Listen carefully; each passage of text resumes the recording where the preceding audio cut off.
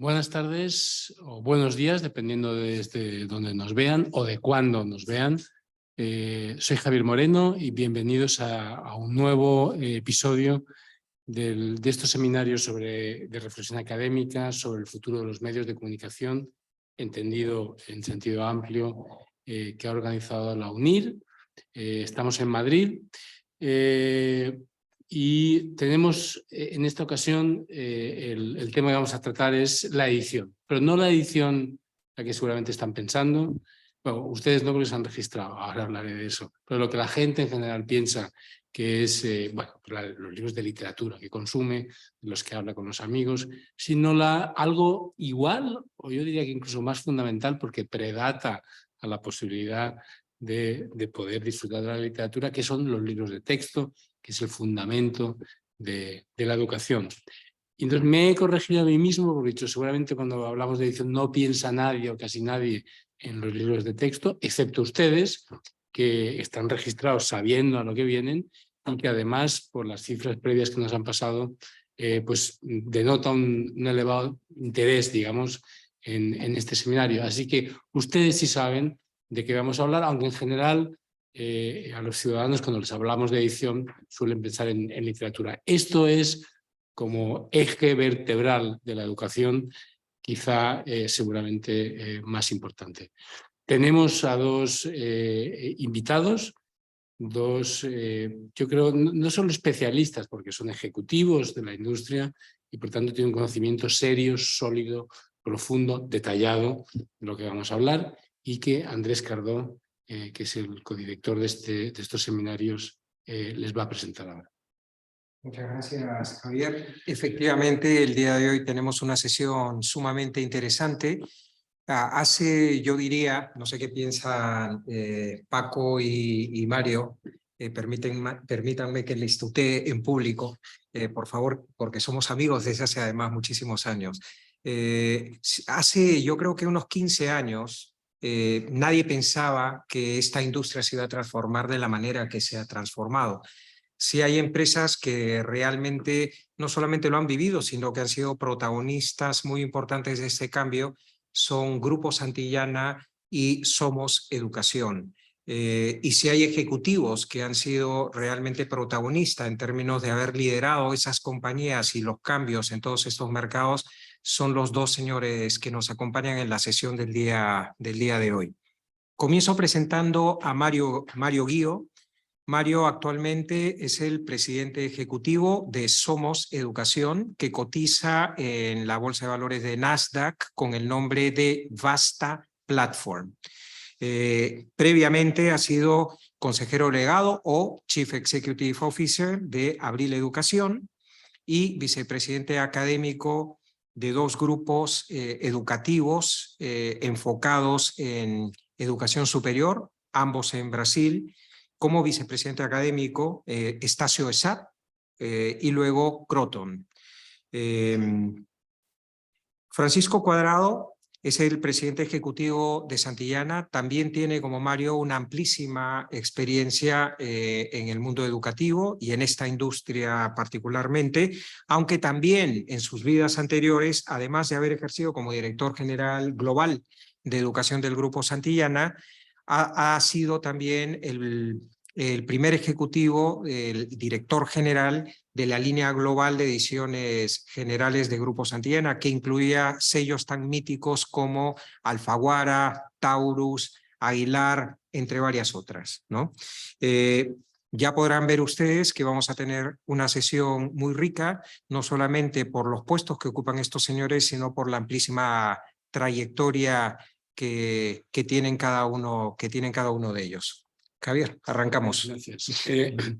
Yo lo primero que quisiera plantearles es, a ver, yo recuerdo haber leído algún artículo hace muchos años en un periódico, creo que fue El País, sobre la educación, la necesidad de la reforma de la educación. Es un tema recurrente, pero lo recuerdo por una imagen muy potente que me dejó en la cabeza. Y la imagen era que así como en cualquier otra disciplina, o en casi cualquier otra disciplina, desde la medicina hasta lo que fuere, seguramente alguien de 200, 300 años antes o de 4 siglos antes sería incapaz de reconocerse en caso de que esa disciplina existiese, la medicina, por ejemplo. O sea, un médico del siglo XVII, del XVIII, y no digamos ya de más para atrás, sería incapaz de reconocer su profesión en la consulta de un médico del siglo XX.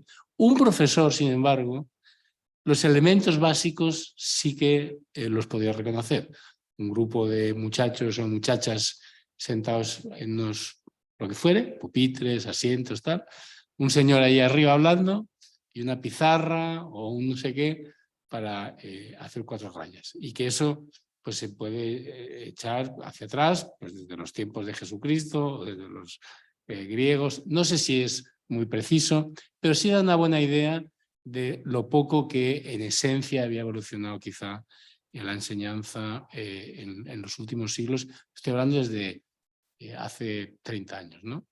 No los últimos 10 que han sido muy... Pero claro, en esos 30 años, bueno, estos últimos 40 años, diría uno que la educación es que son no 2 planetas distintos, son 2 universos distintos, ¿no? Entonces, me gustaría empezar por ahí, para dar un poco una idea de cómo en su percepción y a qué velocidad, y luego hablaremos de las consecuencias, de las necesidades, de las exigencias, pero simplemente como idea, ¿no? Cómo ha evolucionado de forma tan radical algo tan fundamental en la sociedad como la educación, y que, excepto por el perímetro, que cada vez sabíamos más cosas, el método en sí, pues bueno, no sé si esto era un poco caricatura, lo de que no había cambiado desde los tiempos de Jesucristo, pero en fin, como imagen potente servía para ilustrar siglos, digamos, de estancamiento, excepto porque cada vez sabíamos más cosas y había que enseñar más cosas, pero en sí el método no había cambiado. ¿Cómo podemos aterrizar esto más o no? ¿O lo echamos a la basura como diciendo, esto fue una fantasía desde el principio? Mario, empezamos contigo y luego... Claro, Javier, Andrés, muchas gracias por la invitación. Paco, fenomenal estar contigo acá. Tu pregunta, Javier, bueno, y ustedes me ayudan con el español, ¿vale? Sí, español está como todos saben, soy brasileño y hablamos lenguas que son parecidas, pero son muy distintas a veces. Lo más interesante de tu pregunta, Javier, es que esta caricatura que se hace de la escuela, al mismo tiempo es el único modelo económico que se puede tener en la escuela. ¿Sí? El único modelo económico que la sociedad puede pagar por una escuela es tener muchos alumnos, un profesor, ¿sí? en un espacio físico donde algo pasa, ¿no? Y esto quedó así por mucho tiempo, por lo menos cuando los libros empezaron el concepto de escuela, porque antes de la invención de la prenta, no había escuela, había educación, no había escuela, no había como enseñar en larga escala sin los libros, ¿no? Entonces, la escuela surge en la sociedad después de la prenta. Lo que pasa hoy es que no vamos a cambiar muy fuertemente el modelo económico de la escuela. La sociedad no puede pagar mucho más por la escuela.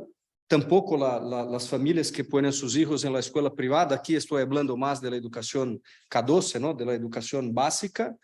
Pero lo que está cambiando es qué otros elementos podemos añadir a la escuela tradicional para que un alumno no sea parte de una aula, pero sea un individuo. O sea, si hay algo que la tecnología puede añadir mucho, es customizar la educación, es personalizar la educación. ¿Sí? El momento que tengo con el profesor es común, ¿vale? Pero después del aula o de la clase, nosotros podemos leer contenidos distintos, nosotros podemos tener contacto con cosas que tienen mucho más que ver con mis intereses personales, por ejemplo, de Paco. A mí siempre me gustó química, por ejemplo, cuando estaba en la escuela, cuando estaba en bachillerato. Entonces, esta caricatura no va a cambiar mucho, ¿sí? Tendremos alumnos, tendremos el aula, el modelo económico es básicamente el mismo, pero la tecnología va a cambiar mucho como cada uno de estos alumnos puede disfrutar de su momento educativo. Vale, muchas gracias. Una pequeña precisión. yo quizá asumiría que si se han registrado ustedes en esta sesión están familiarizados con la terminología. En caso de que no, vamos a procurar que la utilicen o explicarla. Mario hablaba de K12. K12 es el término ya internacional utilizado por la industria para la educación entre el principio, digamos, la guardería, el kinder, hasta el final del bachillerato. Y, digamos, previo a la entrada a la universidad. Así es. Paco, por favor.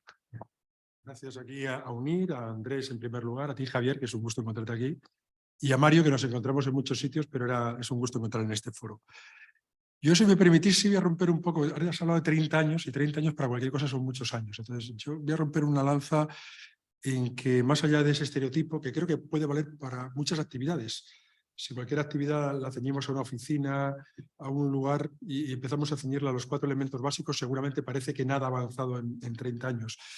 Yo creo que la escuela ha avanzado más de lo que nos parece. Seguramente queremos que vaya más deprisa y creo que va a ir más rápido ahora, pero yo creo que sí ha habido un avance. Para precisar y que no nos... Yo creo que esa imagen que la leí hace años podía ser correcta hasta hace 30, correcta, en fin, siendo una caricatura hasta hace 30 años. Pero la pregunta era precisamente cómo se ha roto eso en los últimos 30 años. En los últimos 30 años, aunque efectivamente el modelo tal, pero luego hablaremos de las herramientas, pero realmente la educación ya no tiene nada que ver mucho, ¿no? Pero te lo retomo un poco porque sigue habiendo todavía un poco un cierto estereotipo, y creo que lo decía bien Mario, al respecto, quizás por la parte más física, ¿no? Yo creo que sí ha habido cambios significativos. O sea, de esa escuela que hablamos de antes, una escuela muy memorística, por empezar por la parte más pedagógica, ahora hablamos, y hay un esfuerzo del profesorado, y aquí estamos en la UNIR, y sabemos cómo es esta universidad, por ejemplo, los elementos más educativos, generar un aprendizaje más por competencias, desarrollando habilidades. Por supuesto, en paralelo hay un aprendizaje de contenidos, pero ya no es el foco absolutamente los contenidos. Creo que hay una labor del profesorado por generar algo de emoción y de interés en lo que estamos estudiando. Yo creo que eso también es reciente. Digo, ahora viene la parte tecnológica, que sé que es la que todos queremos romper. Pero creo que sí hay elementos que se han sumado en la escuela en los últimos años y forman parte de ese aprendizaje. Algún elemento como el bullying. Me parecía un elemento que estaba en la escuela. Bueno, hoy es un elemento de interés en la escuela, pero con la pandemia todo lo que tiene que ver con lo socioemocional también forma parte de la enseñanza y del interés de la escuela. Y nosotros, que estamos en el mundo de dar herramientas a la escuela, no solamente contenidos sino herramientas, también estamos pensando en cómo ayudamos a la escuela para los temas socioemocionales. Es decir, que la escuela se va evolucionando, yo creo que en una parte de acorde con la sociedad. Seguramente todavía hay algunos elementos por madurar, pero creo que hay elementos en la pedagogía y en los intereses de la escuela que han ido cambiando. Y si a eso le metemos un elemento como es la tecnología, y vamos a hablar mucho de esto, creo que se ha hecho ya un gran paso, pero quedan muchas cosas por hacer. Pero creo que hay elementos que en la escuela funcionan. Es un tema para sacar en esta mesa y con vosotros, pero por ejemplo, la función de las familias en la educación, volvemos al término K12 que ya creo que todos entendemos. Bueno, yo creo que las familias han tomado un papel muy activo en la educación y quizás con la pandemia todavía mayor. Yo creo que todavía mayor. Yo creo que hace 30 años, los que estamos aquí, creo que hace 30, incluso algún año más estábamos en la escuela, las familias, no sé si es una expresión buena, pero un poco se tercerizaba la educación en la escuela. Se tercerizaba, decías, ahí te dejo al niño, espero que me lo devuelva bien formado, ¿no? A ver, vuelvo dentro de 12 años y ojalá salga bien, ¿no? Y uno iba siguiendo y todos veíamos el elemento de las notas y algunas de estas cosas.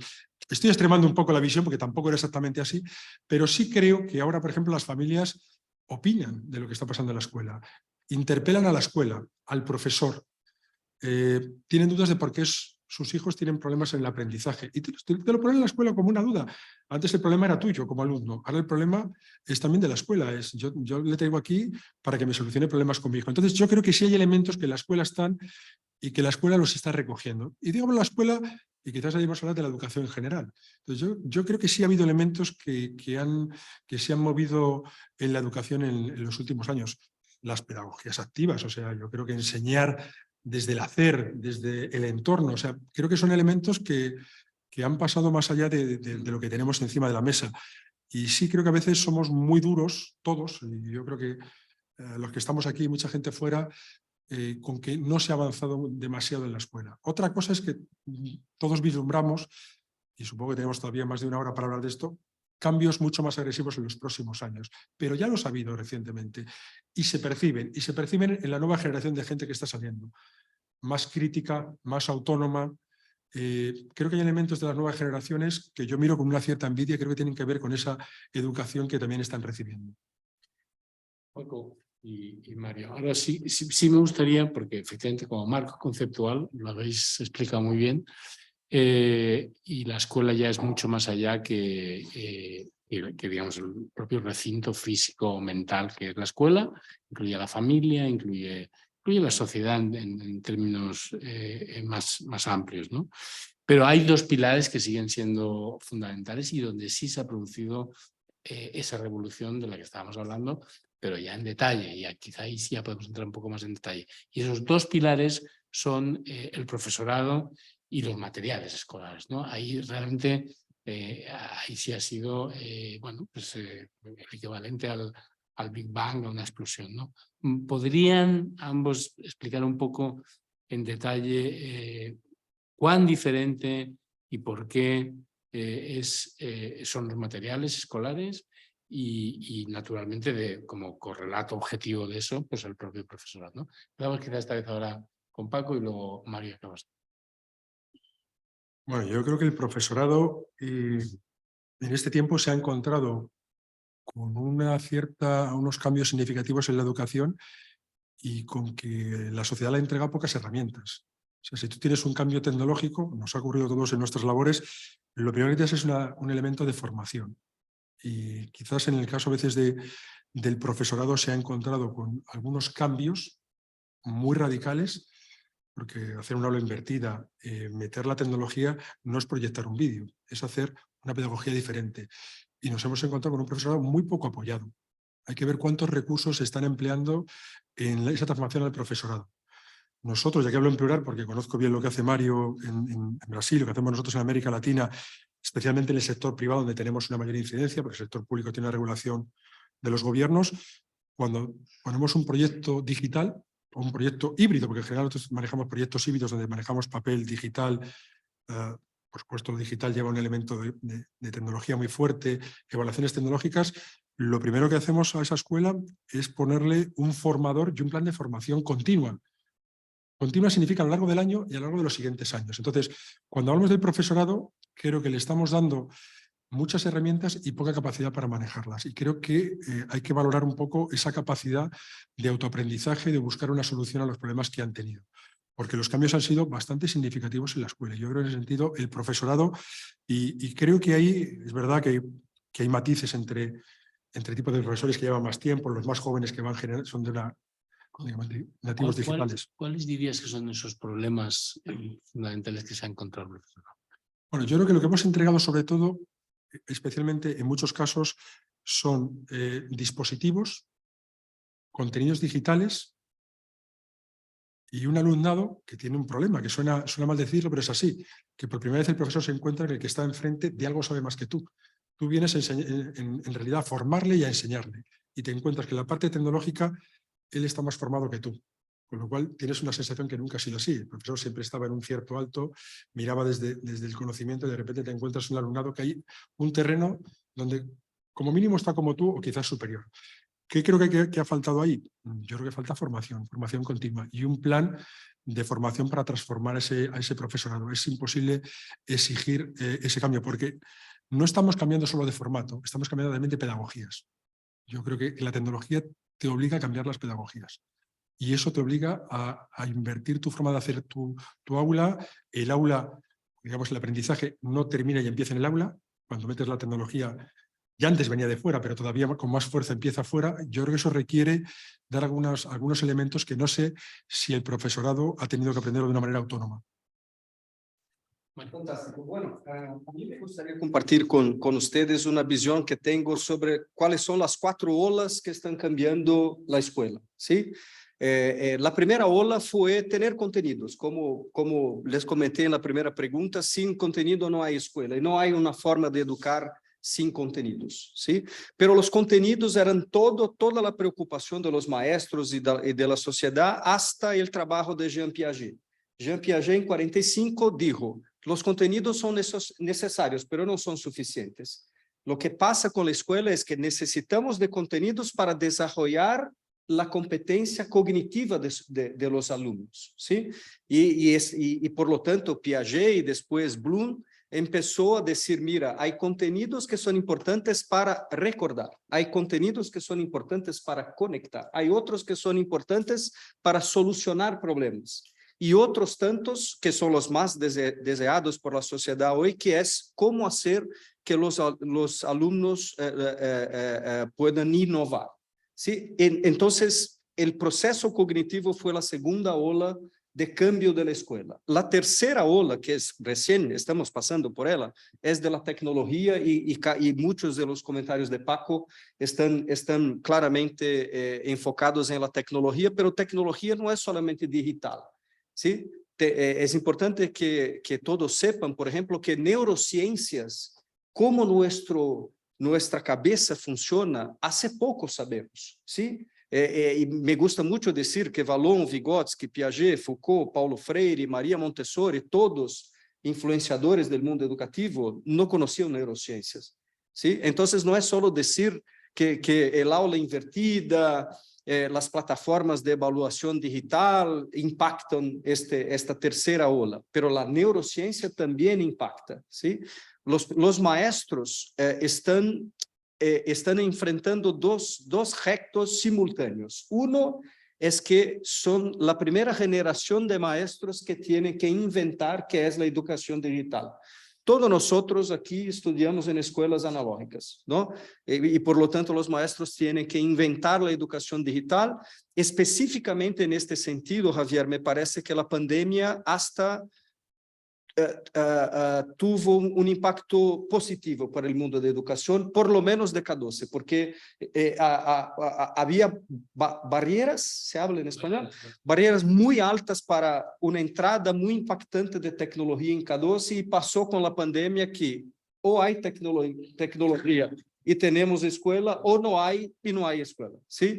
Entonces, en este sentido, creo que muchos de los retos, y Paco está correcto cuando comenta que, mira, los profesores necesitan comprender las tecnologías. Bueno, ¿cómo puedo manejar una tecnología para ofrecer para ti una experiencia educativa distinta de la de Andrés y tal, ¿sí?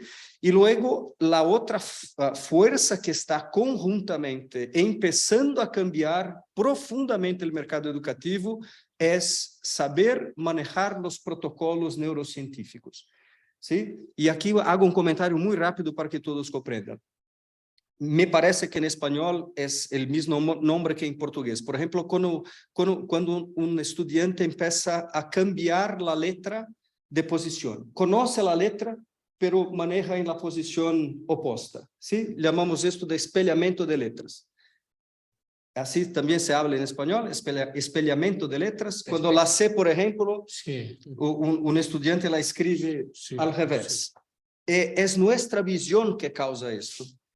Y la neurociencia sabe que si tú quieres solucionar un problema como este, no puede manejar la visión del alumno, porque la visión humana causa este problema.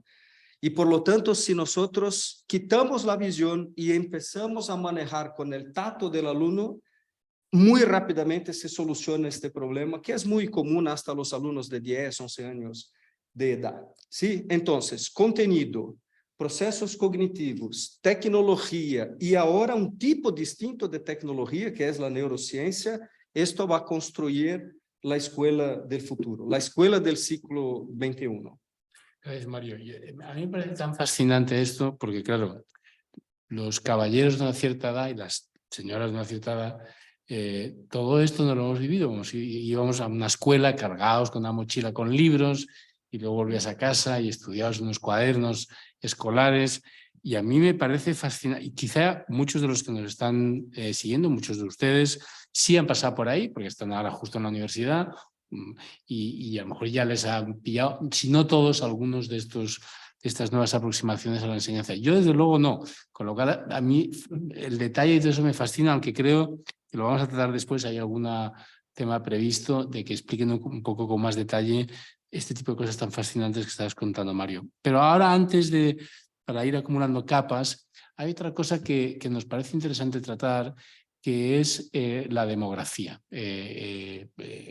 La población de un país, la distribución por edades de esa población de un país, cómo es la pirámide, y entiendo que siempre desde cualquier negocio, porque la educación también necesita ser un negocio rentable para poder seguir avanzando y ofreciendo esos avances, eso se ve como una variable más quizá, ¿no? Pero no sé si además de una variable más es algo más, es algo que le puede cambiar a uno fundamentalmente la aproximación a la industria, ¿no? Yo recuerdo, como anécdota, cuando fui a vivir la primera vez en México, hace pues 25 años, ¿no? Entonces, claro, la pirámide era de tal amplitud en la base que realmente veías que era un país, y entiendo que la mayoría de países de América Latina en aquel momento eran así, de una base de gente joven amplísima, ¿no? Y por tanto, eso era por una parte negocio, pero por otra parte, de una manera casi más espiritual, era el impulso de una juventud que iba a transformar y que acaba transformando esas sociedades, ¿no? Cuando uno mira ahora esas pirámides, ya no son en algunos sitios, ya no son tan espectacularmente amplias desde la base, ¿no? ¿Qué significa eso para todo? Para ustedes, para el negocio, para el cambio. Porque claro, cuando uno ve una pirámide así, con gente tan joven, obviamente esa gente, tal como va subiendo por la pirámide, va a arrasar con todo tipo de estructuras de pensamiento, de costumbres, de la política también, ¿no? Cuando ya no empieza a ser tan amplia, y también la educación, pero cuando no empieza a ser tan amplia, no sé cuáles son las consecuencias. En fin, queríamos un poco reflexionar sobre eso, Mario. Empiezo yo. Vale, es muy interesante esta cuestión de la demografía. Bueno, puedo comentar sobre Brasil, no conozco mucho Latinoamérica, Paco es un experto en esto, pero es verdad, por ejemplo, que la demografía en Brasil para un negocio enfocado en educación K12 está disminuyendo. Esto es verdad, ¿sí? Pero no necesariamente es mal, ¿sí? Porque, por ejemplo, desde la década de 80 en Brasil, nuestro reto como país era construir una infraestructura educativa para poner todos los jóvenes en la escuela. Nosotros solamente fuimos capaces de proporcionar una educación para todos, ¿no? Para todos los brasileños en 96, 97 del siglo pasado, ¿sí? O sea, mucha inversión en infraestructura, ¿sí? Y ahora que hay infraestructura ya está, nosotros podemos invertir en la calidad, ¿sí? O sea, en Brasil, por lo menos, aquí podemos cambiar la efectividad de la inversión, de una inversión en escuelas para ahora una inversión en la calidad de la educación. Y otra cosa que también es interesante es que las familias tienen menos hijos, pero no significa que esperan menos de la escuela. ¿Sí? O sea, hay una presión social que para nosotros son oportunidades de negocios, porque manejamos negocios, ¿sí? Somos educadores, pero tenemos negocios para manejar. ¿Y qué pasa, por ejemplo? Yo soy profesor de química, ¿vale? Entonces, no voy a vender más libros de química en Brasil de lo que ya estamos vendiendo. Pero las familias ahora les gustaría tener también un buen curso de idiomas en la escuela. Ahora las familias también hacen presión para que la escuela ofrezca programación, coding, robotics. Estas son nuevas oportunidades, ¿sí? Y que complementan con más recursos lo que estamos quitando por tener menos alumnos, ¿sí? Entonces, es decir, que si por un lado es verdad, la demografía está disminuyendo, por otro lado, la complejidad y las oportunidades y las necesidades sociales y luego los deseos de las familias son crecientes y pueden ser excelentes oportunidades para nosotros. Por poner algún dato, nosotros trabajamos en el entorno de América Latina y como solo por poner algún número en esta conversación, se pueden poner números, Javier, ¿no? Trabajamos en el entorno, yo creo que más o menos el sector educativo, este K12 que decimos, la enseñanza hasta el bachillerato, desde el kinder, son unos 125, 128 millones de alumnos en todo el continente, incluyendo Brasil. Digo, sobre todo para pensar que nosotros trabajamos en un mercado que, aunque la base ya no crece, no está mal como mercado. Digo, y no incluimos Estados Unidos, que es el mercado, digamos, que maneja otros modelos, pero nosotros manejamos un mercado de 125 millones, creo que son más cerca de 128 millones, de los cuales más o menos 25 son sector privado y hay más de 100 millones, 103 millones en el sector público. Por lo tanto, vamos a un sector amplio. Tienes razón, la demografía no está creciendo, prácticamente en ningún país del continente, en América Latina no, ya se ha tocado un cierto techo, y hay un segundo efecto que históricamente ha incidido mucho en esa base que iba creciendo, que era la escolarización. Y es verdad que el esfuerzo de América Latina, yo creo que de hace 2 décadas, fue muy importante en todos los países por mantener niveles de escolarización prácticamente cercanos al 100% en la enseñanza obligatoria, empezando casi desde los 3 años, y hay países que incluso están con los 2 años subvencionando. Entonces, creo que es un continente que a veces, y aquí hablo más de América Latina, que tenemos que tener claro que lleva haciendo un esfuerzo en la educación varias décadas y donde efectivamente no solamente la demografía, sino la incorporación a ese mundo ha sido muy importante, incluyendo el paso a los bachilleratos para el acceso a la universidad. Brasil ha tenido experiencias recientes con políticas públicas de cómo ha crecido el nivel de universitarios. O sea que creo que aquí este tipo de incidencias que tienen que ver con la demografía, pero tienen que ver con otras cosas también alrededor. Y luego yo coincido totalmente con Mario. Para nosotros la visión es muy parecida. Nosotros no nos dedicamos a vender contenidos curriculares. Eso es seguramente los fundadores de la compañía lo hicieron y durante varias décadas se hizo. Nosotros ahora tratamos de ser parte de la escuela, acercarnos a la escuela y a la familia. Por supuesto, cubrimos el currículum, porque es un tema absolutamente normativo y que aparte es muy importante, porque es una parte normativa muy importante y seguramente es lo central, pero no es lo único. Y en paralelo vamos viendo qué otras necesidades va teniendo la escuela.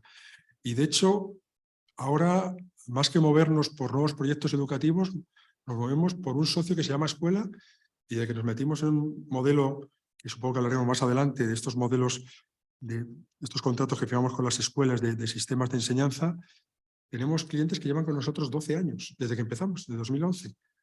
Y no es que quieren cambiar de proyecto educativo, es que quieren continuar porque te vas haciendo un cierto socio y vas viendo dónde están las dificultades. Hay escuelas que te piden robótica, como decía Mario, pero hay escuelas que tienen intereses en algún otro tipo de elementos. Algunos te piden incluso cosas para la familia. Por ejemplo, oye, a mí me gustaría formar parte de la lectura con mis hijos. ¿Tenéis algún tema, como tenemos nosotros una propuesta con Lo que leo digital, que es una propuesta para leer en casa con mis niños, incluso los pequeños, con audiolibros?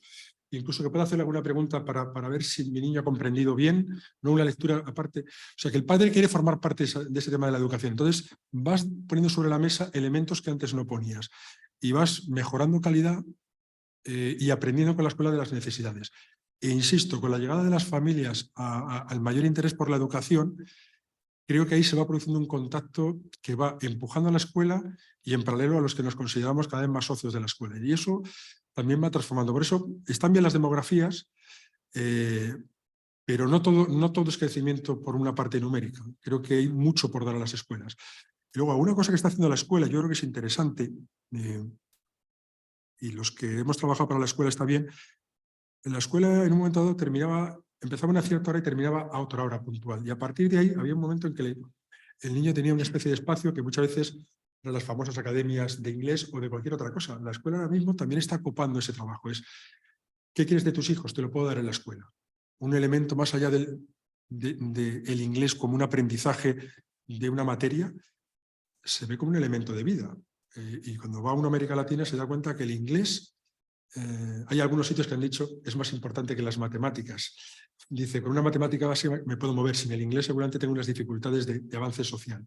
Entonces, creo que hay elementos y hay necesidades de la escuela y de las familias, y eso tiene mucho que ver con lo que la familia demanda. La familia le ha dicho a la escuela, no es suficiente con lo que las horas de currículum que estaba dando o que me pide los temas más ministeriales. Yo quiero que mi hijo sea bilingüe, no solo quiero que apruebe la materia de inglés. Bueno, eso nos ha puesto a todos a pensar qué tenemos que hacer. Y nosotros que estamos trabajando en eso, hemos buscado fórmulas como, por ejemplo, en Brasil, ese contraturno. Después de tus clases regulares, cuando terminan, el alumno se queda hasta que el padre puede recogerle y le das un elemento adicional, por ejemplo, en formación en algún tema de inglés. Y seguramente no es para aprobar el examen de ese curso, para mejorar su pronunciación, su expresión. O sea, creo que hay elementos en la escuela que esta demografía nos va a permitir mucho más centrarnos en necesidades más próximas, en calidad, sin dejar de cubrir algo tan importante como es el currículum. ¿Puedo añadir Por favor. algún comentario? Sí, es una conversación. Es una conversación, ¿no? Interrúmpanse cuando... Es una conversación que uno no habla español y los otros sí. Y uno habla muy rápido, además. Esto en Brasil, para que los que están conectados sepan, lo que Paco y yo estamos diciendo es que es transformar la escuela en el hub de educación de los hijos. El hub, con toda la educación necesaria, porque hasta por lo menos en Brasil, nosotros empezamos a hacerlo en Brasil hace 12 años. Era muy común en Brasil que tu hijo va a la escuela por la mañana, ¿sí? Y después a la tarde una franquicia de inglés, una franquicia de algo maker y tal, ¿sí? Y ahora no, ahora las franquicias no son más, son innecesarias, porque todo va a pasar en la escuela. Sí, es exactamente una manera de decir, bueno, la demografía no ayuda, pero hay otros niveles, otras camadas de relacionamiento con la familia que se puede hacer. Y absolutamente sirve también para la educación pública. Pasa exactamente lo mismo. La grande discusión en Brasil hoy para incrementar la calidad de la escuela pública es crear el periodo integral. O sea, ya tengo la escuela, ¿sí? Ahora incrementar la cantidad de horas que un alumno queda en la escuela para que pueda tener también otras experiencias educativas. Vale, muchas gracias. Sí. Andrés. Vamos a continuar ahora abordando esto desde otro ángulo. Mi intención aquí con este tema que les propongo no es entrar en una inmersión con mucho detalle en lo que se refiere a las políticas públicas, pero sí que les demos algunas pinceladas vistas desde el lado de la industria, ¿no? Los programas de compras públicas de materiales escolares han sido muy importantes en algunos países. Sin embargo, hay programas que han sido muy grandes, otros pequeños, unos que se han planificado con gran regularidad y con reglas muy claras, otros que se producían sin una previsibilidad o planeamiento claro. Hemos tenido un poco de todo. Ha habido modelos, ¿no? En México tenemos un modelo, en Brasil, en Chile, etcétera. Pero todo esto también ha ido cambiando. Si miramos a los Estados Unidos, ha habido cambios dramáticos, ¿no? En los programas de compras públicas de materiales didácticos, y ya se han comenzado a introducir también la compra de servicios, de contenido digital, de otro tipo de materiales que no eran los convencionales. Y eso también ha transformado no solamente la oferta, sino la misma posición desde el punto de vista de cuota de mercado que tenían los grandes jugadores o players dentro de ese sector. Ha habido un caso paradigmático, ¿no? Que ha sido Pearson, por ejemplo, gran líder global en el K12, en la educación básica, que decide en determinado momento retirarse de este sector y quedarse enfocado en educación superior. Quiero decir, las políticas públicas tienen impactos muy fuertes, como el que acabo de mencionar, en el panorama competitivo de los diferentes mercados. Pero evidentemente cada uno tiene características propias. Y ahora estamos hablando de libros de texto, pero hay muchas más cosas, ¿no? Y como ustedes tienen una visión amplia de esto, Brasil, por un lado, tiene, no sé si sigue siendo el programa de compra de libro de texto más grande del mundo, ¿no? Era democrático, seguro que sin duda. Ustedes me refrescarán la memoria, yo me quedé hace unos años en 100 millones de ejemplares año. Era una barbaridad la escala, pero el programa mexicano es importantísimo, etcétera, ¿no? Si podrían refrescar un poquito esto y ayudarnos con sus comentarios, ¿cómo ven ustedes el impacto de los programas de compras públicas? ¿Qué es lo que ha pasado en términos de evolución histórica reciente con ellos? Y una cosa que a mí me parece inclusive más importante, ¿hacia dónde puede ir esto? ¿No? ¿Por qué? Porque los programas son caros. El impacto que tienen sobre las arcas fiscales es muy fuerte. Entonces, ahí también hay una tentación sobre, oye, ¿esto se mueve a lo digital o no? Pero claro, por el otro lado está el impacto social y son los hábitos. Hay cosas que son muy difíciles de cambiar rápidamente independientemente de las restricciones fiscales, ¿no? Entonces me gustaría escuchar sus comentarios al respecto y para continuar con esta secuencia, Paco, si tú nos puedes ayudar para tener un panorama amplio de la región. ¿Cómo ves tú esto? Primero, lo de son caros, te lo voy a poner aquí en una comilla y luego te lo retomo. Pero es una inversión barata para el poder público. Totalmente, por eso, como retomo el tema de que son caros, entonces eso, pero lo voy a dejar apuntado para que no se nos olvide ninguno, porque creo que es importante. No, yo antes haría un comentario, has hablado de Pearson y otros mercados. Yo me gustaría poner un matiz con América Latina para el público que nos esté viendo y habitualmente el K12 en gran parte de Europa y en Estados Unidos la enseñanza suele ser pública mayoritariamente, prácticamente toda es pública, hasta en lo que es K12. Luego ya la universitaria es privada. En el caso de América Latina, como decía, hay un mercado muy importante de más de 20 millones de alumnos que se mueven en el sector privado. Por lo tanto, tienes dos mercados y nosotros actuamos en dos mercados, con un mercado más fuerte que es el privado y donde tenemos un mercado también el público. Pero es que esto es muy diferente para algunas decisiones estratégicas. Yo no sé por qué lo tomó Pearson. También te recuerdo que antes de desprenderse del K12 se desprendió del Financial Times o su división de medios. Los grupos toman decisiones, pero quiero recordar. Creo que es importante ver que hay un mercado diferente. Si aquí un mercado público, para nosotros es un mercado importante, pero no es el core de nuestro mercado, en el caso de Santillana, es una parte significativa, lo tenemos separado, manejamos como dos negocios, pero hay un mercado privado que no siempre existe en otros mercados. Y especialmente yo creo que en Europa, como en Estados Unidos, en el mercado del K12 no existe ese mercado privado o es muy pequeño, ¿no?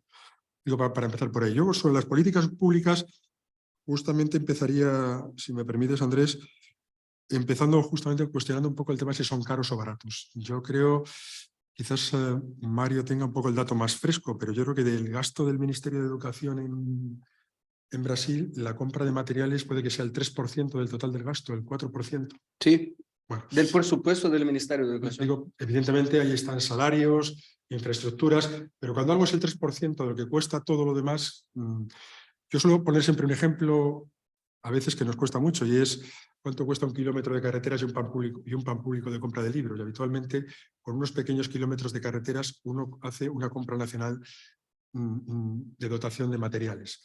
Entonces, ya sé que estoy mezclando cosas que son muy diferentes, pero quiero a veces ver qué impacto social tiene y qué supone, sobre todo para algunas sociedades.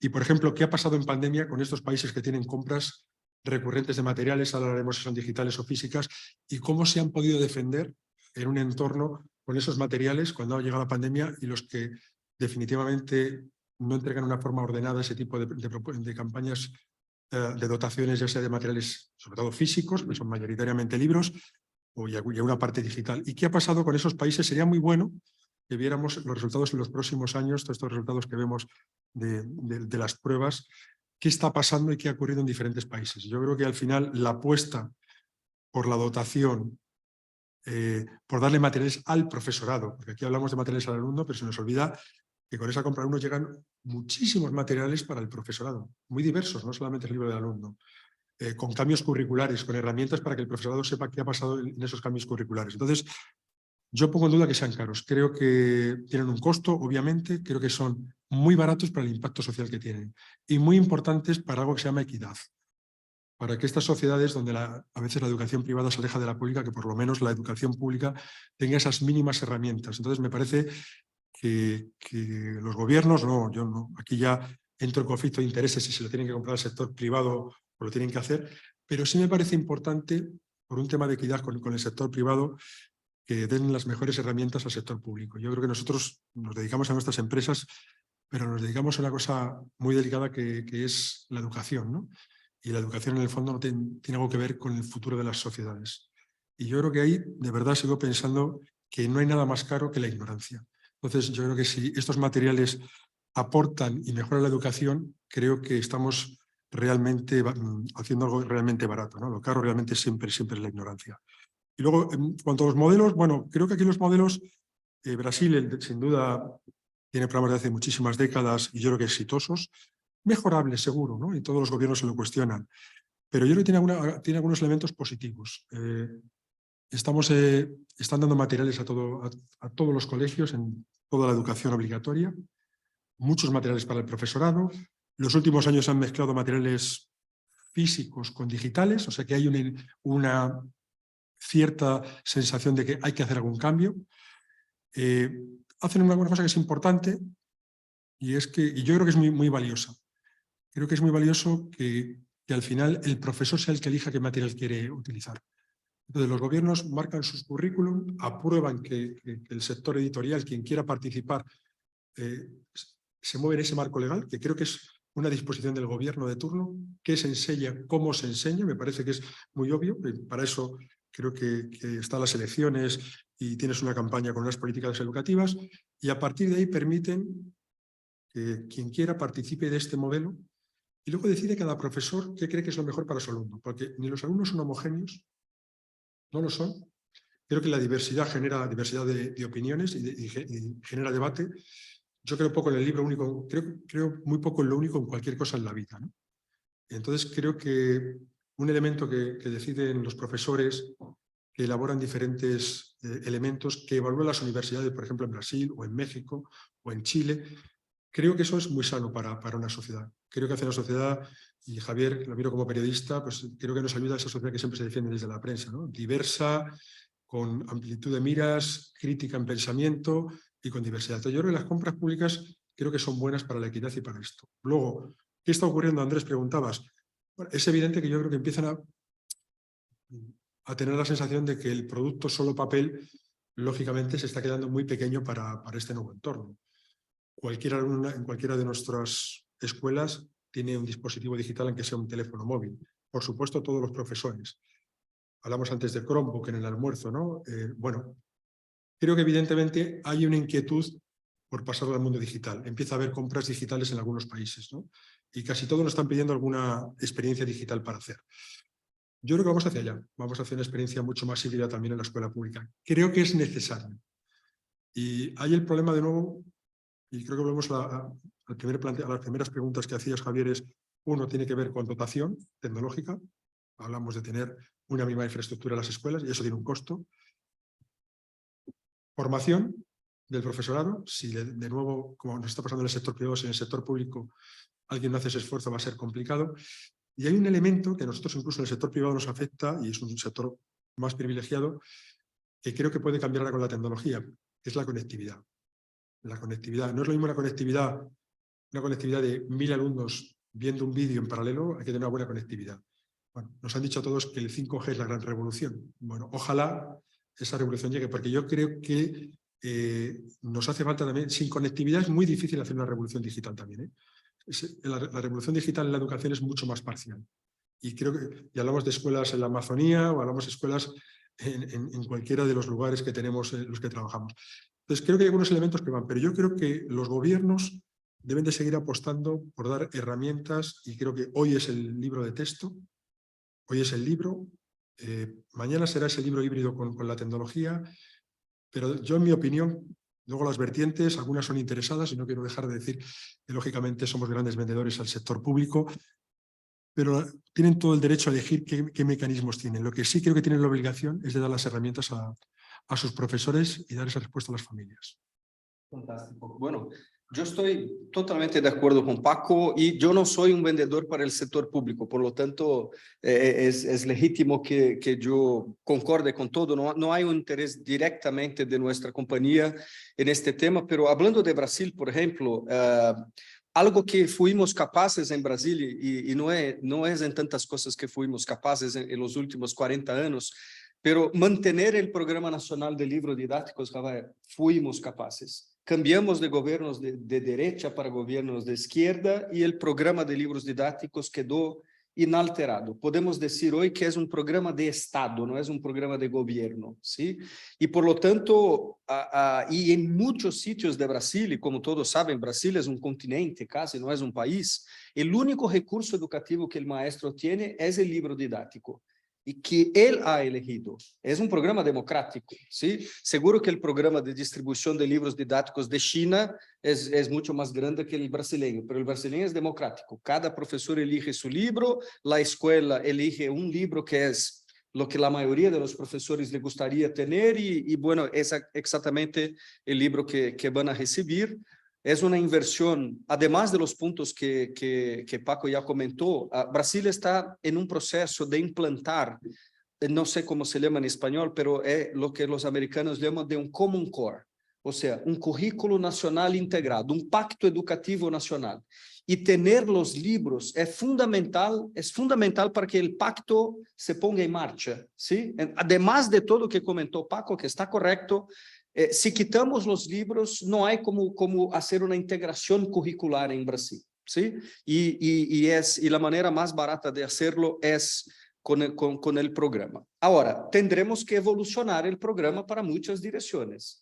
Por ejemplo, algo que necesitamos evolucionar mucho en Brasil es que estamos distribuyendo los didácticos, pero no estamos con programas potentes de literatura, de entretenimiento, ¿sí? En grande parte de las familias brasileñas, sobre todo de las más pobres, los únicos libros que hay en sus casas son la Biblia y los libros que están en algún programa público de las escuelas, ¿sí?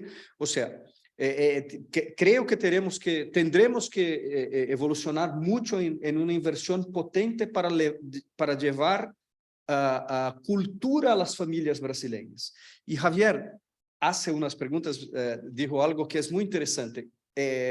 ¿Quién cambia una sociedad? No es el alumno que tiene una buena educación, son sus hijos. Esto pasó en todos los sitios. O sea, Brasil por la primera vez va a tener, a partir de 2025, va a tener una generación de estudiantes que es la primera generación que tuvo padres que fueron a la escuela, ¿sí? Y estos alumnos son alumnos que van a comenzar a cambiar la sociedad brasileña, ¿sí? Porque ya tienen más educación desde su familia, son más críticos y ponen las cosas en marcha, ¿no? Y es por esto que es tan importante que en sus casas ellos tengan, en sus hogares tengan libros, ¿sí? Y además, aquí también, volviendo a lo que nos ha enseñado Jean Piaget, es contenido es parte del proceso. Ahora, tenemos que añadir un montón de servicios para que podemos garantizar que la función del contenido ya está hecha. Por ejemplo, sería fenomenal que nosotros pudiéramos también fornecer evaluaciones digitales continuas para todas las escuelas, ¿sí? El ciclo de evaluación en Brasil, el ciclo formal, es de 2 años. O sea, 2 años después, si yo soy un profesor y descubro que Andrés no está aprendiendo, 2 años después, ¿qué voy a hacer? ¿Sí? Ahora, tenemos tecnologías para hacer una evaluación constante, ¿sí? Y las tecnologías han llegado a un punto donde es posible que esto pueda pasar en el interior de Amazonia. Por ejemplo, no con escuelas públicas, porque no sirve el mercado público, pero estamos haciendo ya ahora mismo, en cuanto hablamos con escuelas privadas, que es poner un satélite de Starlink, de Elon Musk. ¿Sí? Ponemos un satélite, no satélite, ponemos la antena, ¿sí? La antena satelital de Starlink y puede estar la escuela en el interior de Amazonas, que puede bajar con download de 350 mega de velocidad, o sea, es increíble. No tenemos esta velocidad acá ahora mismo, ¿no?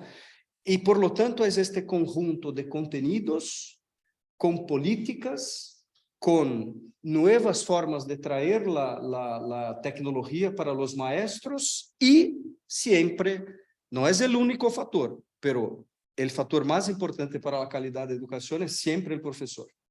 Este conjunto de cosas, yo estoy muy optimista con el futuro.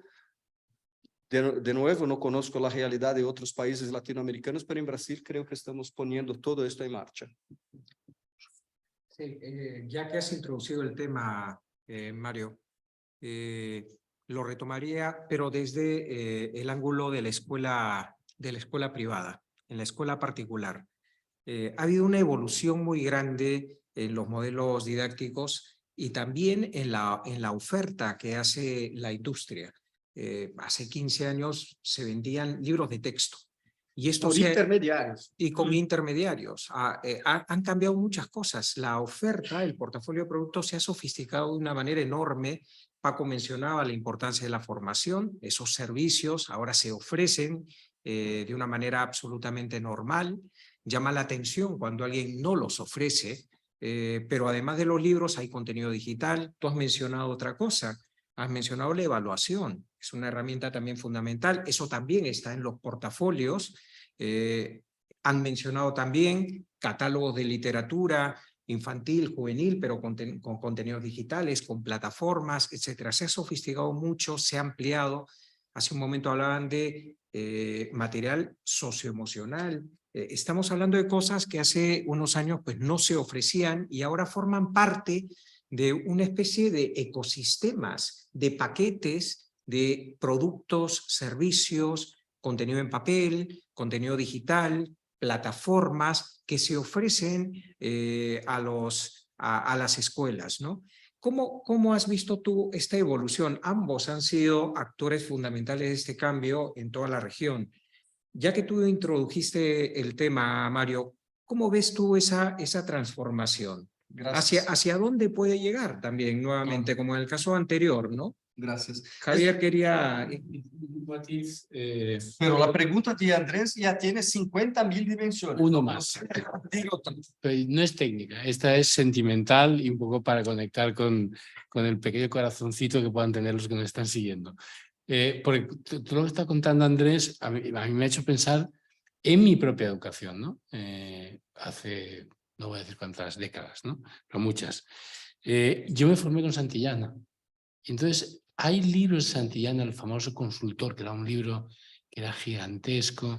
Había uno, pero eso ya debía ser como con 12 o 13 años. Pero había uno que no recuerdo ni de qué, o sea, no recuerdo que trataba de enseñarme el libro, pero lo tengo aquí grabado, que era un libro de los vientos. Entonces se llegaba a Pandora y habría una caja y salían los vientos. Y ahora que habéis hablado de lo de la cosa socioemocional, que efectivamente está en un primer plano, ha estado viniendo en los últimos años, la pandemia lo ha acelerado, pero de alguna manera siempre estuvo, aunque quizá de forma no tan clara, ¿no? Entonces, me gustaría también que lo que vayan a explicar en contestación a lo que ha dicho Andrés, trataban también de explicarnos a los que somos mayores por qué de verdad ese cambio es necesario y qué perdemos y qué ganamos. Yo recuerdo mi educación fue una maravilla, sin muchos medios, y recuerdo adorar esos libros y recuerdo años después, cuando ya no estaba en la escuela, hojearlos y emocionarme mucho con el Consultor y con aquel libro de los vientos y no sé qué. Perdón por interrumpir. ¿Puede empezar? Es que es un matiz. Bueno, es un matiz sí, sí, muy amable. amable. Yo voy a intentar sumarizar los 110 años que tenemos de historia con unos cambios que pasaron dentro en estos 110 años. Por 60 años, o sea, casi la mitad del tiempo, nosotros fuimos editores de libros tradicionales, una editorial tradicional, producíamos libros didáticos o de literatura y entretenimiento, vendíamos a distribuidores que vendían a las librerías, que finalmente vendían a las familias, ¿sí? Y en el mercado público, como tenemos el programa didáctico en Brasil, vendíamos para el gobierno federal que distribuía a todas las escuelas. Casi mitad de nuestra historia fue dedicada a ser una editorial tradicional. En la década de 60 del siglo pasado, una de nuestras marcas creó un concepto muy interesante que se llama un sistema de enseñanza. Y un sistema de enseñanza no es un libro, es un paquete completo de soluciones para la escuela. O sea, hay los libros, hay evaluación, hay literatura, hay formación de los maestros. O sea, es un paquete integrado, ¿sí? Una cosa buena es que el dueño de una escuela privada, por ejemplo, si firma un contrato con un sistema de enseñanza, va a recibir del sistema de enseñanza todo. Esta es la parte buena. Y generalmente es una decisión top-down. Es una decisión estratégica de la escuela que le gustaría firmar un contrato con un proveedor de un sistema de enseñanza. También hay una parte que no es tan buena, porque no puede pegar una parte de mi sistema de enseñanza, otra parte del sistema de enseñanza de Paco, ¿sí? O sea, el profesor no tiene mucha libertad para elegir lo que gustaría más, ¿sí? Pero empezó el concepto de sistema de enseñanza y hasta 10 años atrás era básicamente lo que hacíamos, ¿no? Es el periodo que yo suelo decir que éramos una empresa, en el comienzo de nuestra empresa éramos una empresa de libros. Con el sistema de enseñanza cambiamos para una empresa de educación. Porque además de saber hacer libros, tú tienes que saber hacer evaluación, tú tienes que saber preparar a los maestros, ¿sí? Y tal. Y hace 10 años estamos en una transformación que es aún más difícil, pero aún más potente. Éramos una empresa de educación que tenía alguna oferta de tecnología y hoy nosotros somos una empresa de tecnología que hace el delivery, la entrega de educación. Mira, es potente esta transformación. Una empresa de educación que tiene algo tecnológico para una empresa de tecnología que entrega educación. Cuando Andrés en la apertura dijo que nosotros somos listados en Nasdaq, que somos listados en Nasdaq porque somos una empresa de tecnología, ¿sí? Y hablar de estos 110 años con estos cambios es sencillo, pero el día a día es muy difícil, muy, muy. Porque el autor no necesariamente es tan sencillo para el autor, por ejemplo, cambiar su manera de escribir. Y tiene que cambiar porque la regulación cambió, porque el Common Core brasileño cambió. Y por lo tanto, ahora el país tiene un proyecto de educación que no es un proyecto del autor, ¿sí? Y además tuvimos muchos retos para intentar desintermediar el mercado educativo, el mercado de libros, ¿sí? O sea, hoy nosotros, ahora mismo no, y creo que Paco también, pero Paco puede comentar, nosotros no vendemos más para distribuidores, que no venden más para librerías, que no venden más para las familias. Nosotros vendimos todo directamente a la escuela, o la escuela elige nuestros productos, ¿sí? Espero que siempre elijan nuestros productos. Mira, Paco, nuestros productos, voy a reforzar que elijan nuestros productos. ¿No te parece triste que solo sean los vuestros? No podrías tener esta mesa, por lo menos que haya alguno más. Tú vas a tener tu tiempo de contestar la pregunta. Bueno, entonces, los dos modelos son, vendimos directamente a la escuela, o la escuela elige nuestros productos y nosotros vendimos directamente a la familia. Y es muy importante esto, porque una parte gigante de la facturación quedaba con los intermediarios. Entonces, lo que posibilita que nosotros hoy podamos invertir tanto en tecnología, en formación, en evaluación, en marketing y tal, es la parte de la ecuación que nosotros no pagamos más para los intermediarios, ¿sí? Esto para que los que aquí están conectados sepan cómo esta industria ha cambiado y cambiado aceleradamente. Paco, ¿podrías elaborar, por favor? A mí me gusta tener por lo menos un competidor como Mario aquí al lado. He dicho que no creo en los monopolios. O varios. Incluso alguno más.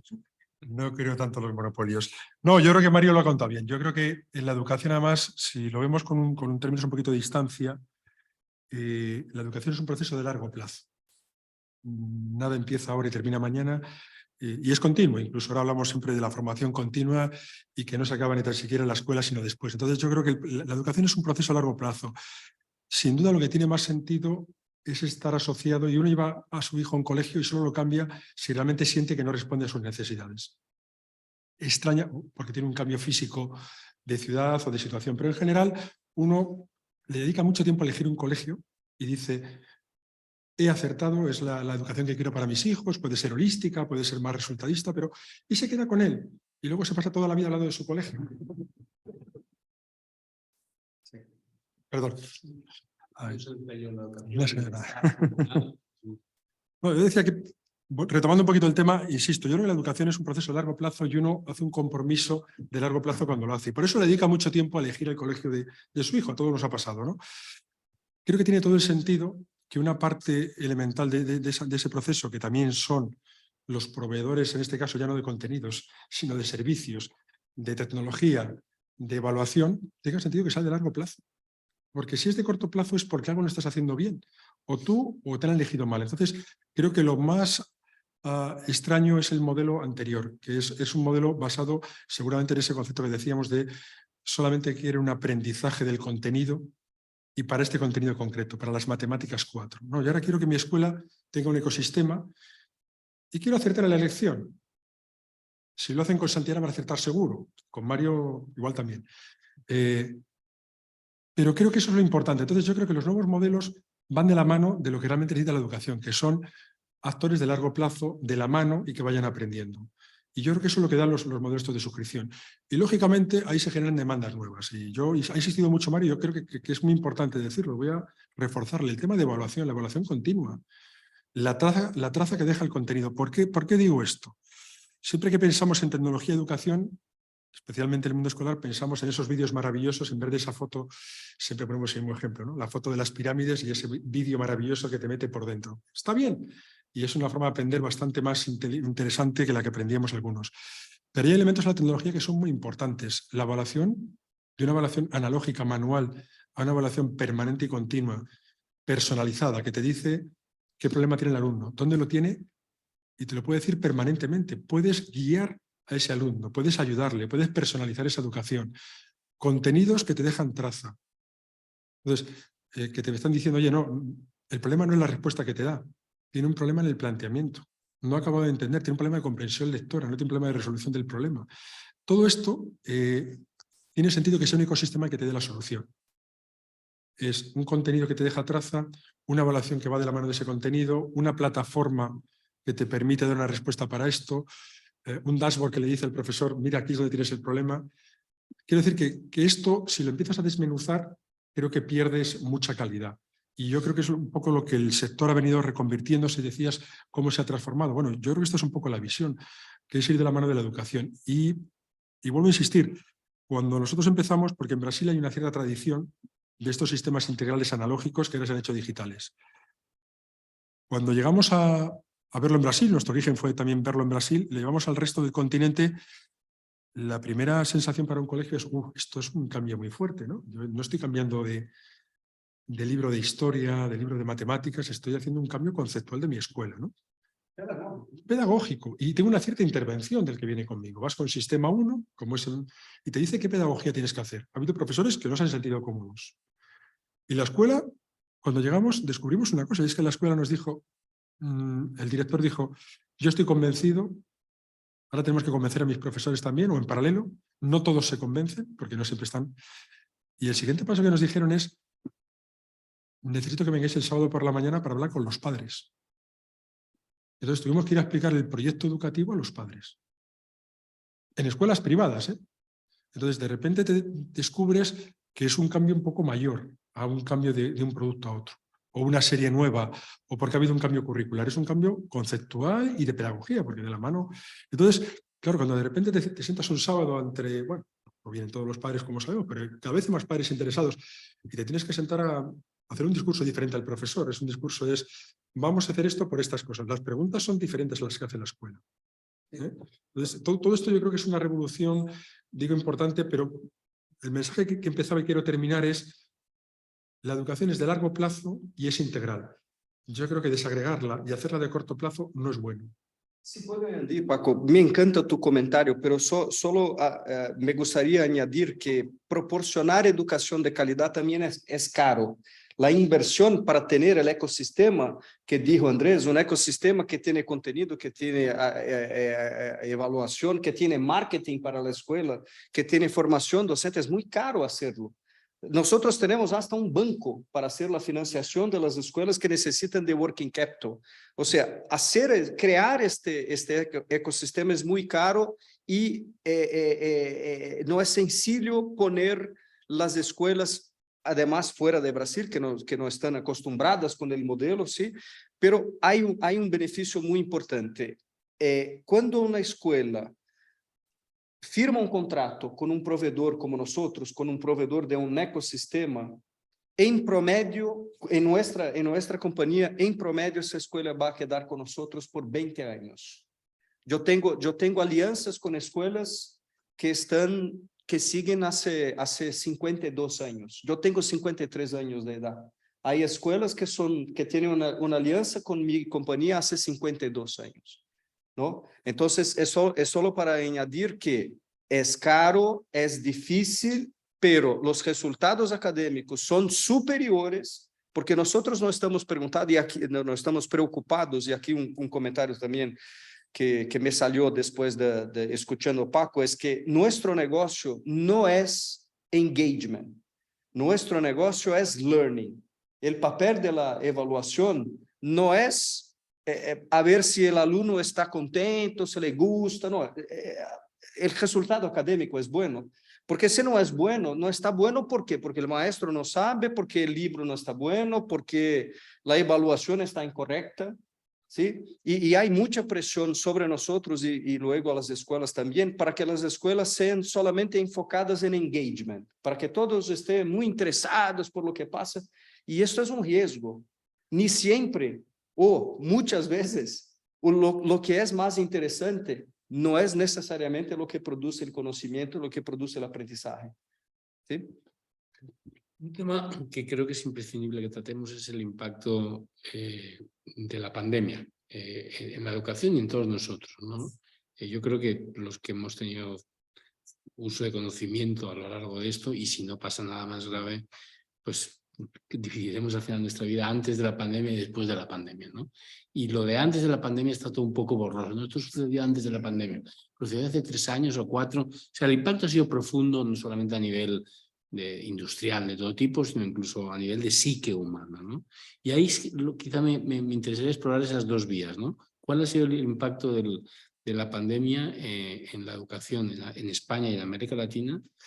Desde 2 puntos de vista. Uno, desde el punto de vista, digamos, del negocio, porque efectivamente al mismo tiempo cualquier cosa que sea digital y si puede ser a distancia, pues ha sido un boom. Por otro lado, muchísimas escuelas, especialmente en América Latina, han estado cerradas por periodos de tiempo, yo diría que excesivamente largos. ¿Y cuál puede ser ese impacto sobre una generación? Como quiera, Paco, Mario, quien quiera. Bueno, yo creo que como todo lo que nos haga la pandemia, pues lógicamente en esos años ha tenido un impacto en el negocio. Los negocios se han visto de alguna manera afectados, ¿no? Nosotros vendimos soluciones híbridas, servicios, y ha habido un tiempo que incluso en algunos, casi todo el continente latinoamericano, que ha sido el que más tiempo ha estado cerrado, según los datos que tenemos, son datos públicos, con diferencia es el continente que más tiempo ha permanecido cerrado. Esto nos cuesta verlo en Europa, ¿no? Porque en Europa, después de 6 meses, empezamos a abrir las escuelas de una cierta manera. En América Latina, países como Perú, mira que Andrés, ha estado 2 cursos completos cerrados. 2 cursos cerrados. Entonces, son 2 cursos. Yo siempre recuerdo el mismo caso, una persona que trabaja en nuestra compañía en Perú, que su hijo empezaba primer curso, porque había estudiado el infantil fuera del primer curso ese año, y decía que hasta el tercer curso no había compartido el aula con sus compañeros, 2 cursos después. Habían tenido algún encuentro personal fuera de la escuela. Es bastante complicado de pensar que uno empieza en la escuela y tiene que esperar 2 años para sentarse con todos sus compañeros, ¿no? Entonces, bueno, yo creo que ha habido un impacto y, lógicamente, todo el proceso hasta de suministro ha sido complejo. Entonces, bueno, pero sinceramente ha habido un impacto en el negocio. Yo creo que como todos queremos dar por cerrado ese proceso. Yo creo que en alguna medida, yo creo que los que estamos aquí lo estamos dando por cerrado porque, por fortuna, este 22, que es un año de bastante normalidad, hemos recuperado ese modelo de trabajo, de negocio y de las escuelas. Entonces, yo desde el punto de vista de negocio, pues como cualquier negocio en pandemia tuvo su impacto y lo estamos recuperando. Claramente yo creo que el sector, y Mario hablará por su empresa, pero lo sé porque somos 2 empresas públicas que cotizamos y ponemos información, y es pública, y hemos recuperado nuestras facturaciones y nuestros niveles de negocio. Entonces, bueno, 2 años complicados de recuperación. Y la otra parte que me parece complicada y, bueno, y esta permanece todavía, ha habido una pérdida importante del aprendizaje. Yo creo que eso es una evidencia. ¿Se ha recuperado? Yo creo que claramente no se han recuperado los aprendizajes perdidos. Y, sinceramente, hay datos ya sobre ello. Y hay ministerios que hacen algunos estudios. Yo soy de algún ministerio que ha hecho estudios con resultados nada positivos. Complicado hacerlo público, porque quizás las sociedades no estamos acostumbradas a pensar le hemos fracasado a nuestros niños durante la pandemia y no teníamos una solución. Y ahora reconocer ese fracaso es complicado. Pero hay algún ministerio, no voy a dar, pero tenemos algún dato. Es que ministerio ni No, hay algún país que ha hecho algún ni estudio. nada, pero el resultado final. Bueno, hay ministerios que hacen pruebas recurrentes, varios países, y hacen pruebas recurrentes cada año, a finales de primaria, de secundaria, de acceso a universidad, y sabemos que mayoritariamente han bajado las pruebas para que los resultados no bajen significativamente. O sea, y hay algún país que ha hecho algún estudio y vio con algún tanteo que si no bajabas el nivel de las pruebas, difícilmente te iban... Tiene todo el sentido, o sea, no es nada que no imaginemos. Otra cosa es que verbalizarlo, hacerlo público sea complejo para todos, porque en el fondo no deja de ser un fracaso de los gobiernos y un fracaso de la sociedad, que todavía va más allá. Pero yo creo que ha habido una aprendizajes. Yo creo que ha habido en alguna medida un agotamiento, bueno, las necesidades de tener un modelo que dé respuesta a esto, donde lo digital ha tomado mucha fuerza, yo creo que eso es evidente, y yo creo que ha venido para quedarse, claramente, no puede haber otra situación en la que no, entonces yo creo que ha venido para quedarse. Hemos tenido un profesorado agotado, porque tengo que hacer un trabajo, el concepto aula existía de una cierta manera virtualmente, pero luego tengo que hacer un trabajo personalizado, ¿no? Con un modelo que no estaba preparado. Y luego hemos visto una cosa en las familias, yo siempre digo esto porque con algunos padres, cuando uno visita algunas escuelas, a veces tienes esa cosa de que el dueño del colegio te dice, escucha al padre, ¿no? Y siempre es para decirte que lo tuyo es caro y ese tipo de cosas, ¿no? Que estés satisfecho. Y recuerdo que algún padre ha hecho un comentario sobre, bueno, esto de la educación de los hijos es bastante complejo. O sea, hemos puesto en valor la labor del profesor. Una sensación y algunos comentarios que he escuchado es, nos parecía bastante más sencillo dejar a nuestro niño en la puerta de la escuela y recogerle por las tardes. De repente te le dejas en casa, al tuyo propio, que le tienes un cariño especial, y de repente descubres que el proceso de aprendizaje es complejo y que requiere... Y que tu hijo no es fácil Y que tu hijo es complicado incluso en casa y sin los otros alrededor. Entonces, yo creo que, por ejemplo, hay una cierta valoración en alguna medida. El fracaso de la escuela por no tener una respuesta fuera, eso es verdad, y a la vez en paralelo la valoración de que educar tiene una cierta complejidad y que es bastante más profesional. Eso que todos pensamos que cualquiera enseña a su hijo a leer y a escribir y que, bueno, hay una pedagogía por supuesto detrás, pero yo creo que hay una cierta valoración. Y creo que detrás de todo esto la pandemia ha traído, lo decía antes y me parece que es un hecho muy claro, creo que las nuevas generaciones de padres más jóvenes ya lo traían, una empoderación de la familia en la educación. Ya venían estas familias jóvenes con esta sensación, pero yo creo que en este periodo se han metido muy de lleno en la educación y ahora no se van a salir. Yo creo que están de nuevo preguntando qué ocurre. Y yo creo que las escuelas lo están notando, notan una presión de las familias, una presión real de las familias. Entonces, la pandemia ha dejado, por supuesto, yo creo que algunas cosas negativas y la pérdida de aprendizajes. Vamos a ver cómo se va viendo en los siguientes datos. Creo que había por ahí, no recuerdo muy bien, creo que 1,8 billones de horas perdidas en la educación básica según UNICEF. Había hecho un estudio de horas perdidas. Claro, si eso lo pone uno en términos de no sé qué, no sé cómo juega ese tipo de cosas que se van desmembrando, pero evidentemente recuperar eso va a ser muy complejo, ¿no? Entonces, yo creo que hay cosas negativas como esta y alguna cosa positiva. La necesidad de que la transformación de la escuela a mundos híbridos es importante, que tenemos que estar preparados para una sociedad como la que nos llega. Lo estamos haciendo las empresas. ¿Quién no tiene una empresa con un modelo híbrido presencial y en casa? Y están funcionando las empresas. Funcionan tan bien como antes. Entonces yo creo que en la educación vamos a ir a una serie de modelos y creo que en alguna medida, como yo creo que cualquier cosa hay que intentar sacar una parte positiva y no recrearse en esa parte que nos ha dejado la pandemia, yo creo que hay que empezar a sacar elementos positivos. Hay una enseñanza híbrida que funciona. La enseñanza no empieza ni termina en las horas en la escuela. Y ya lo sabíamos de antes, pero creo que se ha puesto sobre la mesa. La enseñanza forma parte de todos. El padre tiene que tener, ¿por qué no va a tener un rol mucho más activo? Y esto es gente un poquito antitecnológica, pues la tecnología no juega en contra de la educación. Más allá, ¿quién era Humberto Eco que decía que hay cosas que no son mejorables, ¿no? La cuchara, el martillo, el libro. Decía, hay inventos que no se pueden mejorar porque ya vienen perfectos, ¿no? Igual puedes cambiar el modelo. Bueno, pues yo creo que en este sentido nos ha traído algunas lecciones que yo las vería en positivo, sinceramente. Y para el negocio, voy a decir una cosa que la he comentado a nuestros inversores varias veces. La pandemia fue un problema en estos 2 años y creo que para Santillana especialmente ha sido un elemento muy bueno porque estamos llevando estos modelos híbridos a todo el continente y si había alguna resistencia hace 3 años, hoy no la hay. Por lo tanto, estamos acelerando ese proceso de ir hacia estos modelos. Entonces, para Santillana, con una perspectiva, yo diría que desde el punto de vista de negocio va a ser positivo, está siendo positivo, es positivo, y desde el punto de vista educativo creo que va a traer mejoras. Claro. Bueno, Javier, para el K12 tengo poco a añadir sobre lo que dijo Paco, solo poner números, por ejemplo, en el mercado privado brasileño en 2021 teníamos un 11% menos estudiantes de lo que teníamos en 2019. Sí, o sea, el efecto de la pandemia fue que 11% de los alumnos del mercado privado se migraron para la educación pública.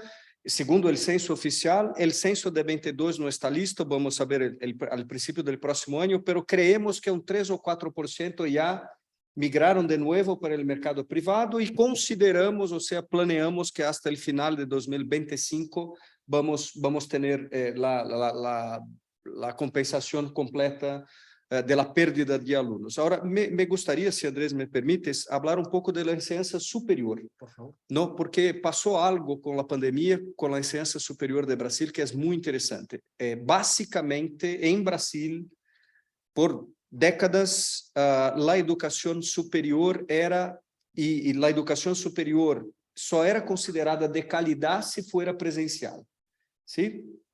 Y durante la pandemia pasó que, así como las escuelas, todas las universidades tuvieron que adaptarse a una educación híbrida o no híbrida, una educación un 100% a distancia, ¿no? ¿Se dice a distancia también en español? Vale. ¿Y qué está pasando ahora? Bueno, si fue un lío, ahora es un mar de oportunidades también, ¿sí? Porque en realidad todos los alumnos de la enseñanza superior de Brasil hoy saben que pueden estudiar a distancia y que hay muchas ventajas en estudiar a distancia.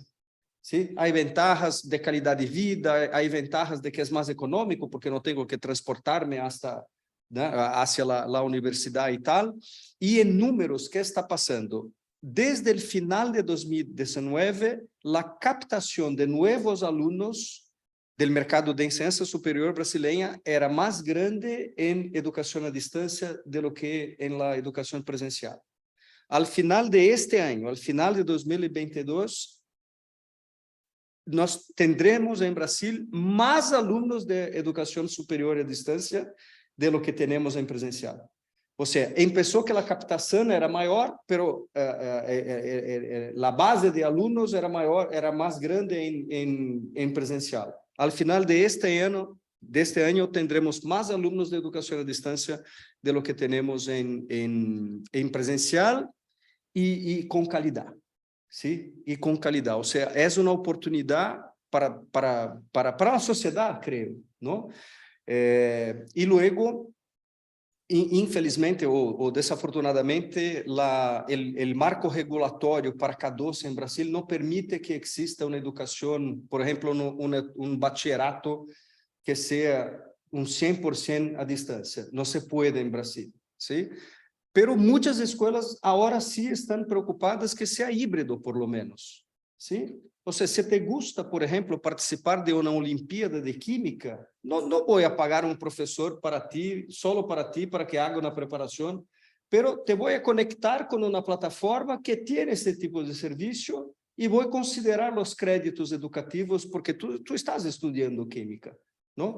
Entonces, para el mercado de K12 es la oportunidad de tenermos una educación híbrida y para la enseñanza superior cambió todo, hasta los players. ¿Sí? No tengo duda que en 3, 4, 5 años la competencia va a cambiar totalmente. Los líderes de hoy no necesariamente tendrán el liderazgo en los próximos años.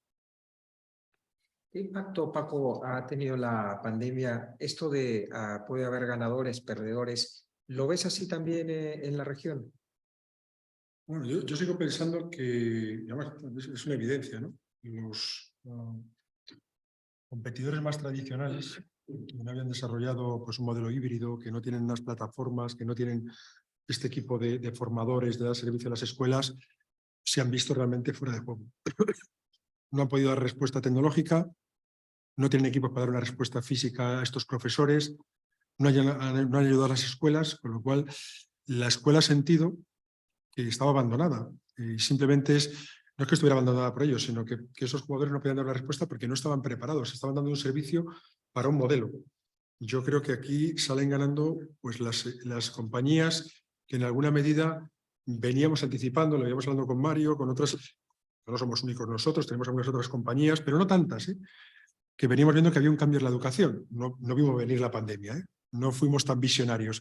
Pero sí creo que empezamos a ver que la escuela era más híbrida, que la escuela en la casa tenía que funcionar, que la tecnología debería formar parte también de la educación. Entonces veníamos apostándole a eso. Llega una situación como esta y fuimos capaces rápidamente de dar servicio. ¿Qué ha ocurrido? Ha habido gente en ese espacio de tiempo que se ha encontrado con un material tradicional, con un canal para distribuir que no llegaba porque estaba cerrado el canal para distribuir, con un servicio que no tenía, como es nuestro servicio. Hoy Santillana tiene más formadores para dar servicio a las escuelas que comerciales para conquistar. Para nosotros nuestra conquista es cada vez que un colegio nos renueva un contrato de 3 años con nosotros. Si adicionamos una escuela más, maravilloso. Pero el primer éxito para nosotros es los que están siguen. Entonces tenemos más gente dedicada a eso. Entonces eso lo hemos notado muchísimo en la pandemia. Muchísimo en la pandemia. Cómo la sensación de servicio, y creo que nosotros hemos salido muy bien parados de ese proceso. No somos los únicos, pero no son muchos. Y ha acelerado, en mi opinión, ha acelerado una cierta descomposición de un sector que no da respuesta. Y que además quizás seguramente, yo creo que también hay mundos de nichos, tampoco habrá gente que seguirá en un cierto nicho por temas económicos, porque no quiere cambiar de modelo, porque no se lo puede permitir. Pero sí lo veo en ese sentido. Si me permites que te interrumpa, primero porque se nos está acabando el tiempo y yo quería muy brevemente, o sea, yo hago la pregunta brevemente y ustedes responden brevemente, porque justo enlaza con esto mismo que estabas diciendo. Son un par de preguntas que nos han llegado de las personas que nos están siguiendo y las dos coinciden un poco en la línea. Una es más particular y la otra es más general. Se las voy a leer, pero es lo mismo y empalma exactamente con lo que tú estabas diciendo.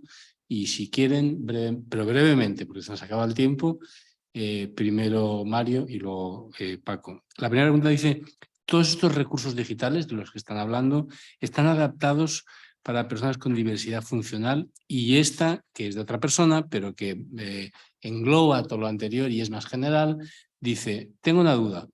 La digitalización de los llamados paquetes educativos no excluiría a aquellas personas, es lo que tú estabas hablando ahora, Paco, que no pueden costearse los materiales digitales o Internet, ensanchando así la brecha digital. Mira, nosotros tenemos un proyecto que justamente tenía para cerrar un poco la charla, que se llama Santillana Inclusiva. Todos nuestros materiales están saliendo, los estamos adaptando todos para inclusión, síndrome de Down, discapacidad auditiva. Es decir, tenemos un proyecto que, bueno, combina a la gente que lo mide en las redes y tenemos cosas en YouTube que se llama Santillana Inclusiva. Es decir, esto es un elemento que me parece absolutamente clave. Yo creo que un elemento que hemos hablado poco y lo dejamos al final porque me parece que no ha salido en la charla, a veces sale o no sale, hay mucho que hablar de la educación, pero todo tiene que ver con la sostenibilidad. Y yo creo que uno de los estos elementos es esta parte que estás poniendo sobre la mesa. Yo pediría a la gente, por no perder mucho tiempo, que busquen todo lo que es el desarrollo de Santillana Inclusiva. Creo que es clave, nosotros lo estamos haciendo, incluso si me permites, si yo fuera legislador lo pondría obligatorio. Creo que nosotros lo estamos haciendo de motu propio, forma parte de nuestro compromiso social. Y creo que esto debería estar encima de la mesa. Creo que todos los temas que tienen que ver con equidad, con igualdad, en los contenidos, en los desarrollos, lo estamos haciendo. Todos los proyectos que estamos elaborando ahora tienen una línea transversal de sostenibilidad. O sea, cada vez que, igual que siempre nos gusta esto de ver que las materias no son únicas, que las matemáticas se entrelazan con las ciencias, todo esto de la transversalidad. Bueno, también lo queremos llevar a la sostenibilidad. Y esto es un compromiso que hemos hecho público recientemente. Entonces, cualquier contenido que elaboramos, salvo los que son para gobiernos, que tienen que responder a los criterios de los gobiernos, llevan de una manera transversal un proyecto de sostenibilidad, para que el profesor lo utilice en el aula, las familias lo tengan. Yo creo que hay algunos compromisos que son importantes. Yo creo que eso lo dedicamos a la educación, nunca se nos debe olvidar. Esto es un negocio para Santillana, seguro que para Somos, no es incompatible con un compromiso social. Debe serlo. Sí, la respuesta a la primera pregunta es no. No, todo no. Estamos hoy 97% de nuestro contenido está adaptado y es totalmente accesible, ¿no? Concordo totalmente con Paco.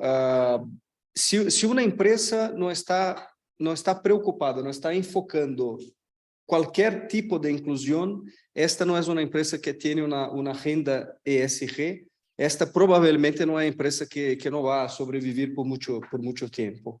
¿Vale?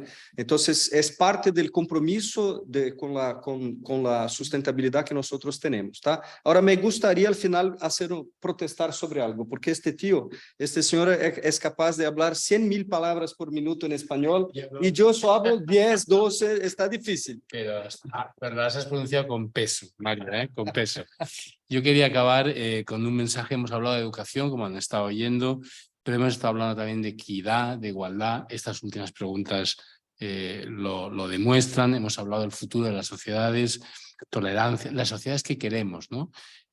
Tolerancia, apertura, y queremos en realidad democracias abiertas, al final, que va a ser el fruto de todo este esfuerzo en educación.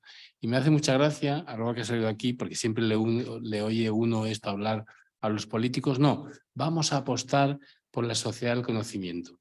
Luego viene los de lo que cuentan las habas y dicen, no, pero es que esto es muy caro, como decías, ¿no? Y entonces, bueno, pues si la sociedad del conocimiento les parece cara, apuesten por la ignorancia y a ver cómo nos va. Muchas gracias a ustedes por estar ahí y seguirnos con interés. Gracias, Mario. Gracias, Paco. Andrés, muchas gracias. Si quieres también despedirte. Y les damos las gracias y les esperamos en la próxima sesión. Buenas tardes. Un abrazo. Estamos.